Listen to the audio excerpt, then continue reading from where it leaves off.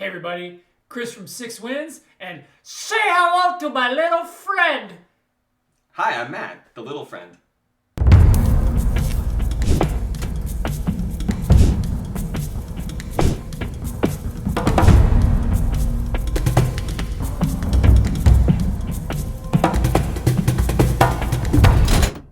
And we're here with another matchup or two. Yeah. We're gonna be doing a couple here. First one is an interesting one to say the least. So we have number 7 seed Joaquin Phoenix. Joaquin Phoenix. Versus the number 10 seed Jesse Eisenberg. Yeah. Do you have any thoughts on this? Do you want to kick us off? I will. Because I don't really think of, I don't have, a running list of, my favorite actors. But each time we talk about a matchup, every once in a while, I go, yeah, actually, this guy's, one of my favorites. Like, Edward Norton. Mm-hmm. I don't think Hugh Jackman is one of my favorites, but I really like him. But, Edward Norton, Hugh Jackman. There's somebody else that I talked about. I was like, I think he's actually one of my favorites. I hope he wins. Mm-hmm. But Joaquin Phoenix is also one of those guys for me. I really like him. He's probably been my top 10, personal, subjective favorite actors for his performances and the movies he's been in. The movie that really sold me on him was Her, which is where he dates an AI program on his phone, basically. That doesn't make any sense. You're mine or you're not mine. No, Theodore. I'm yours and I'm not yours. His co-star is a phone app, and he had to make it an interesting movie, so that's like Michael Jordan acting with Bugs Bunny. That's some quality acting right there. It's, so Did Jordan make the list? I think he missed it in a play-in game. Yeah, he lost Casey Affleck. So I really like Joaquin Phoenix. I think because of his more recent role in the Joker movie, that I figured people would also vote him in over Jesse Eisenberg. Although, I really liked Zombieland. I've mentioned that for when we did Woody Harrelson, and I was like, this guy's, slightly better looking Michael Cera. Yeah. He's got a little bit more personality. And, if you wanted somebody less doofy, you go Eisenberg. Right. If you want total doof, Michael Cera. So I would go Joaquin Phoenix, though. What about your thoughts on these two? Cool. Well, my favorite performance from Joaquin Phoenix was probably when he basically trolled the whole world in that I'm Still Here. He played I think it was I'm Still Here. He played like a wannabe rapper, and he made everyone think that that's what his new thing was going to be. It was this mockumentary style film. He actually went on Letterman. Well, is it comfortable? Is it itchy? Are you pleased with it? I'm okay with it, but now you're making me feel weird about it. I'm sorry, I'm making you feel weird about it? Is there something wrong? Anytime you take your performance to the next level like that, almost like a Sacha Baron Cohen kind of thing. Andy Kaufman style with you don't know if it's real or not on a late night television show, but Sacha Baron Cohen Yeah, and then I thought he was awesome in the Joker.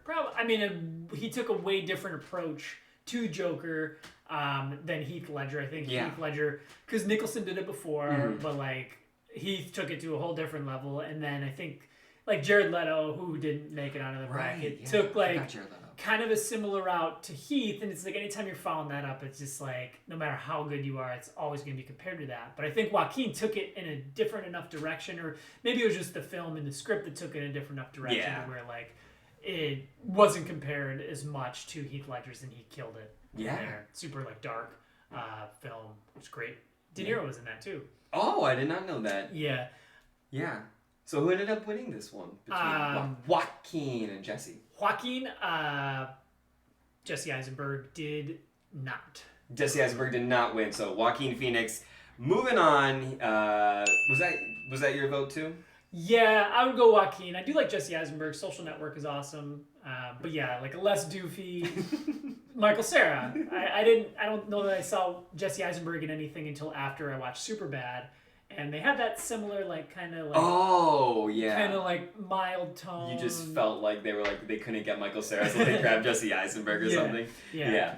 Well, before we move on, really quick, I mentioned some stats that I was tracking, especially like superheroes. Like Batman's weren't doing that good, and we also our next matchup does have a Batman, George Clooney versus Al Pacino. But before that, Jokers in first rounds undefeated: Nicholson, Ledger, Joaquin Phoenix. I can only imagine if Jared Leto and Mark Hamill made it, because Mark Hamill did the animated Joker, which might be, for a lot of people, the most ubiquitous Joker. When you hear Joker's voice, you might hear that animated from the Batman animated series, that Mark Hamill, just insane voice. But we'll see if Jokers can keep going. I like all of their odds to make it to the Sweet 16, but we'll see. So yeah, like I said, we've got one more Batman to see how he does. We're going to talk about the number 2, Al Pacino, versus the number 15, George Clooney. My first question, and then you can do your thoughts. Do you think George Clooney is seated too low? 15's low spot. It's a little low. Weighing his like just box office numbers with just like I guess quality of acting. Like I don't know that I've ever been blown away by a Clooney performance. Yeah. He's almost I don't know who to compare him to because he's kind of his own thing. He's like Hollywood hunk in the realm of Pitt and Cruise, but to me maybe not quite as good of an actor. Yeah. He's in those he's in roles in movies that are kind of like those awards season movies. Like they're a bit more serious and his role is just like kind of a regular guy that has some nuance, there's like some flaws and things like that in portraying that role. Because none of his performances, you can't look at any of his movies and be like, this was an A performance. He just kind of stays in like, nothing's bad. Right. But he's just like kind of like a B+ guy. Sounds like really harsh. Yeah. But like I don't know. Am I wrong on that? Like is there like a George Clooney performance that like I'm missing out on where it's like, oh my god, are you kidding me? And some of the movies that I might think of off the top of my head, like Oh Brother, Where Art Thou? Okay. Because that's maybe one of his most popular movies in terms of like critical success. Like when people rate it, they rate that high. And on the flip side, his role as Batman, he might be considered the worst Batman of all time for his performance in Batman and Robin. Although again, you kind of have to blame the writing. It was a really schlocky Batman. I actually loved it though. Yeah. I like that kind of Batman. Was that Tim Burton? It was not Tim Burton actually. The first two maybe? Yeah, Tim Burton did the first two and had more of that darker, like weird, almost like Art Deco kind of like 1920s, 1930s style, and like Batman and Robin just got schlocky, like cartoony. Yeah, it had Poison Ivy, Uma Thurman, Chris O'Donnell as Robin, and the beautiful Alicia Silverstone as Batwoman. Man, I had such a crush on her after that movie. Yeah. That is. Mr. Arnold Schwarzenegger was Mr. Freeze in that too, and there was a Bane in that movie who was not Tom Hardy. I don't know who played Bane. Might have been a no name. I don't know. Call in. Yeah. So I think they were relatively properly placed. You could definitely make an argument to boost Clooney up, or this other guy, Al Pacino, maybe down. But Pacino was a 2, Clooney was a 15. I think we put Pacino so high because of his like iconic roles, his timeless roles, like Scarface, which I think is a little overrated.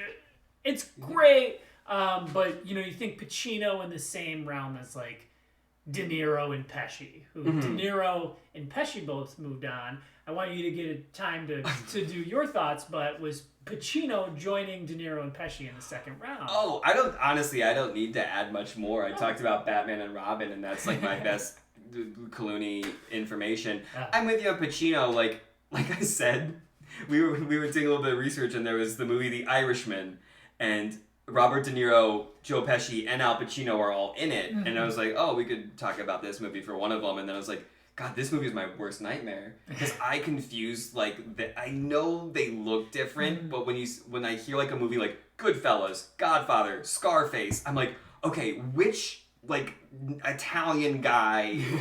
Which Pacino, De Niro, Brando, Pesci gangster was in this movie or that movie? I can't wrap my head around it. So you're never gonna see me voting for these guys, even though I know they're tremendous actors. Although did I pick Robert De Niro if I had to choose? Maybe I did. I don't remember. I think I did. But yeah, so we were talking about who won this one, and it was Al Pacino did beat George Clooney, and I don't think it was that close, which kind of surprised me. But do you think it was just on the back of Scarface? Yeah, I would say back of Scarface. I think Scarface is one of the more popular movies of all time, really, and it's gone kind of beyond the cult classic to whatever realm, like just everyone had posters of it in their room. Yeah. And, if you were a fan of hip-hop in, like, late 90s, early 2000s, like, every rapper, MTV Cribs, like, oh, that's, my shoe collection, that's my Scarface poster, that's the machine gun from the movie, this is the cocaine pile that he actually snorted, there's Al Pacino and glass. Yes, yeah, I think Scarface definitely popped up so much in, like, rap and hip hop. Right. I feel like I heard it referenced so much growing up in those songs. Yeah, so that actually sets the matchup though. Al Pacino advances and will face Joaquin Phoenix in the second round. We'll see what happens there. Well, maybe that'll be our first Joker to lose.